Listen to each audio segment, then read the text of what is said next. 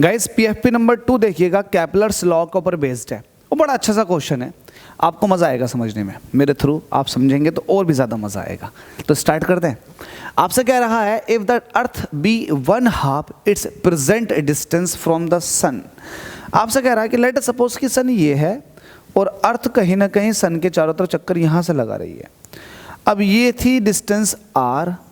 अब आपसे कह रहा है कि लेट सपोज कि अर्थ जो है वो आधी डिस्टेंस पर अब घूमेगी, यहाँ पर घूमेगी, तो ये r/2 पर घूमेगी। तो बताओ जो टाइम पीरियड ऑफ रिवॉल्यूशन है अर्थ का वो कितने दिनों से कम हो जाएगा। आपको ये तो पता है ना, जैसे जैसे डिस्टेंस बढ़ती है वैसे वैसे टाइम पीरियड ऑफ रिवॉल्यूशन बढ़ जाता है। अभी जहाँ पर अर्थ रिवॉल्व कर रही है तो सन के चारों तरफ एक कंप्लीट रिवॉल्यूशन में 365 दिनों का टाइम ले लेती है। यस और नो? अब हमसे कह रहा है कि यार अर्थ की डिस्टेंस को आधा कर दो सन से। अभी 15,000 करोड़ किलोमीटर है तो 7,500 करोड़ किलोमीटर कर दो, तब क्या फ़र्क पड़ेगा अर्थ की, है ना, जो टाइम पीरियड ऑफ रिवॉल्यूशन है वो कितने दिनों का हो जाएगा, मतलब साल जो है वो कितने दिनों का हो जाएगा, ये है। और आप ये भी इसमें क्वेश्चन में ये भी पूछा गया है कि कितने दिनों से घट जाएगा। 365 तो पूरे होते हैं दिन एक साल में, लेकिन कितना बचेगा, कितने दिनों का बच जाएगा साल। तो आप ये देखेंगे ना कि टाइम पीरियड ऑफ रिवॉल्यूशन, है ना, होने में कितना टाइम ले रहा है जब अर्थ जो है वो सन के नज़दीक पहुंच रही है। ठीक है, तो हम ये देखेंगे सबसे पहले कि यार टाइम पीरियड ऑफ रिवॉल्यूशन कितने दिनों का है। तो आप ये चेक कर लोगे तो फिर उसके थ्रू आप ये बता सकते हो कि 365 दिन पहले हुआ करते थे और अब जो है जब अर्थ जो है आधी डिस्टेंस पर पहुंच गई है तो अब आधी डिस्टेंस पर पहुंचने के बाद इतने दिनों का पूरा साल रह गया, तो कितने दिनों से घट गया साल। तो आप ये बताओगे। तो बताने के लिए आपको एक चीज़ पता है, सॉल्यूशन यहाँ पर लिखो।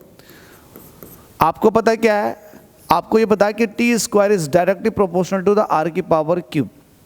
r क्या है, ये प्लैनेट की सनसेट डिस्टेंस है। t क्या है, टाइम पीरियड ऑफ रिवॉल्यूशन। ये कैपलर का थर्ड लॉ है। तो आप यहाँ से निकालोगे T2/T1 इसका स्क्वायर, ये बराबर हो जाएगा R2/R1 इसके क्यूब के।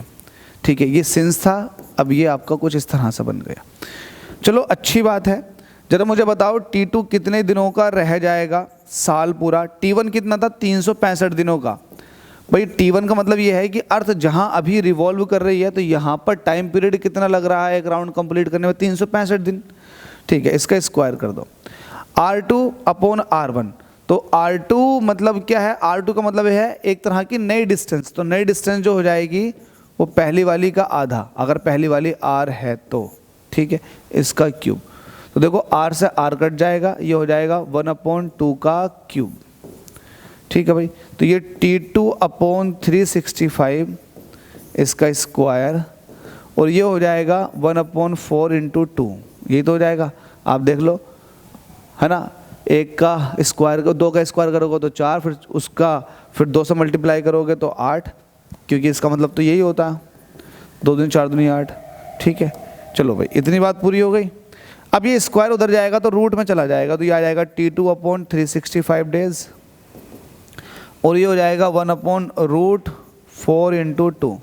4 जो है रूट के बाहर 2 की फॉर्म में निकल कर आ जाएगा, जबकि √2 जो है वो कुछ ऐसा दिखाई देगा। तो इसको सॉल्व करके ये आ गया, इसलिए मैंने 4 लिखा था ताकि ये √2 की 4 जो है √4 जो होता है ये 2 का होता स्क्वायर।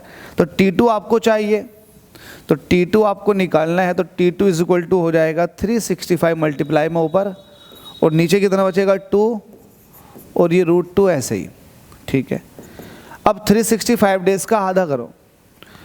अगर मैं 360 का आधा कर देता हूँ तो ये 180 हो जाएगा, और 5 का आधा करता हूँ तो 2.5, तो ये 182.5 बचेगा। यह आ जाएगा 182.5, और 1/√2 की जो वैल्यू होती है वो होती है 0.707। तो ये मल्टीप्लाई करेगा 0.707 के साथ। ठीक है, इतना हो गया। अब इसको सॉल्व कर लो बकाया को। जब 182.5 का मल्टीप्लाई होगा 0.7 से, तो 182 से वैल्यू कम हो जाएगी, तो वैल्यू आ जाएगी 129 डेज। देखो अब साल जो बचेगा वो 129 दिनों का बचेगा। 129 दिनों का साल बचेगा। अगर सन के नज़दीक आ जाए हमारी अर्थ तो 129 दिनों का साल बचेगा। अब सवाल ये नहीं पूछा कि कितने दिनों का साल बचेगा, हमसे कह रहा है कितने दिनों से घट जाएगा। तो how many days will the present 1 year on the surface of the earth change. जो अर्थ का अब कंडीशन जो है अब 365 दिनों का होता है, तो ये कितने दिनों से कम हो जाएगा। तो 129 दिन तो कम हो जाएंगे, तो बचेगा कितना ये पूछ रहा है। तो मैं इसको ऐसे लिखूंगा कुछ इस तरह से, ईयर डिक्रीज्ड बाय कितने से घट जाएगा। या फिर आप ये भी कह सकते हैं कि कितने से घट गया, हाँ यही कहो। तो 365 डेज तो प्रेजेंट थे, माइनस 129 दिनों का रह गया, तो कितने से घट गया। तो आप इसको करोगे तो ये आ जाएगा 236 डेज। तो 336 दिन कम हो गए, सॉरी 236 दिन कम हो गए भाई। जब 129 दिनों का बचेगा है ना पूरा एक साल, तो 236 दिन कम हो गए ना 365 के मुकाबले में। तो यही पूछा गया था। तो ध्यान रखना कैलकुलेशन किस तरह से मूव ऑन करता हुआ गया हूँ, बिल्कुल आपको ऐसे परफॉर्म करनी है, क्वेश्चन में दिक्कत नहीं आएगी। जल्दी से चैनल को सब्सक्राइब कर लो।